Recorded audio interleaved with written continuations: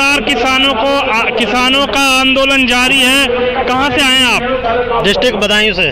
बदायूं, यानी कि इतनी दूर से यहाँ पर आए हैं, किसानों के समर्थन में आप लोग आए हैं? बिल्कुल साहब, किसानों के समर्थन में आए हैं। हम किसान ही हैं। किसानों की आवाज़ उठाना, अपने हक के लिए लड़ना हमारा फर्ज बनता है। जहाँ भी होती है हमारी बेईमानियाँ होती हैं। किसानों की फसल का समर्थन मूल्य हमें नहीं मिलता। हमारी फसल 1 रुपए में खरीद के और वही फसल हमारे साथियों को, हमारे लोगों के बीच में 10 रुपए की कीमत से वापस आती है। आज इतनी कड़ाके की ठंड है, पछादिया चल रहा है, हवा चल रही है। हमारे भारतीय किसान बॉर्डर पर धरना दे रहे हैं और वही लोग ऐसी कड़ाके की ठंड में खेतों में पानी लगा रहे हैं और ठंड से लोग मर भी रहे हैं। फिर भी सरकार को ये शर्म नहीं आ रही है कि हमारी आवाज़ को सुने, हमारी मांगों को पूरा करे, हमारे अधिकारों को हमें वापस दे।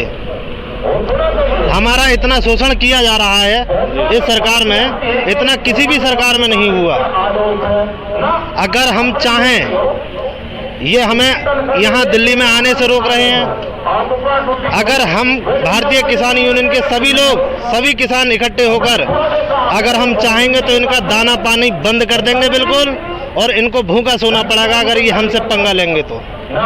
यानी किसानों से टकराओगे तो खाना पीना, दाना पानी बंद कर दिया जाएगा। सीधी चुनौती सरकार को दी जा रही है, उन लोगों को दी जा रही है जो लोग इस समय किसानों के ऊपर टिप्पणियां कर रहे हैं और कह रहे हैं कि असली किसान नहीं है, नकली किसान है। आप असली हो कि नकली हो?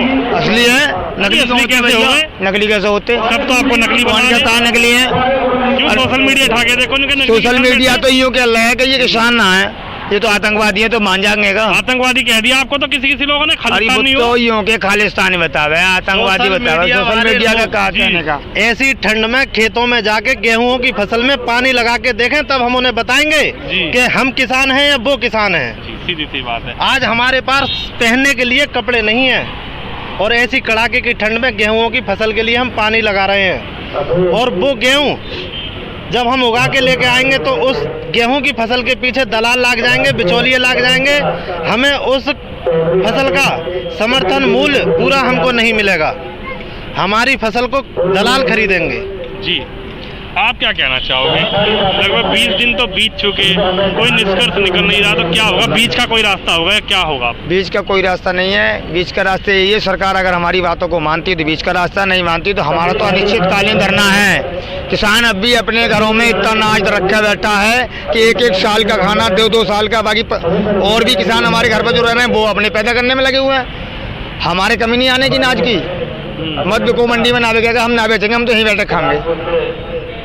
इतना तो है, अपना किसान हमारा इतना भी है हमारे पास कि 6 महीने का राशन तो हम लेकर आए। अरे अनाज हम पैदा कर रहे हैं, हटने का तो कुछ, सब्जी हम पैदा कर रहे हैं। हमें जरूरत किस चीज़ की है? दूध दही हमारे घर पैदा हो रहा है। सोचें तो सरकार के लोग सोचें, ये लोग सोचें, इन्हें अनाज कहाँ से मिलेगा, सब्जी कहाँ से मिलेगी, दूध दही कहाँ से मिलेगा?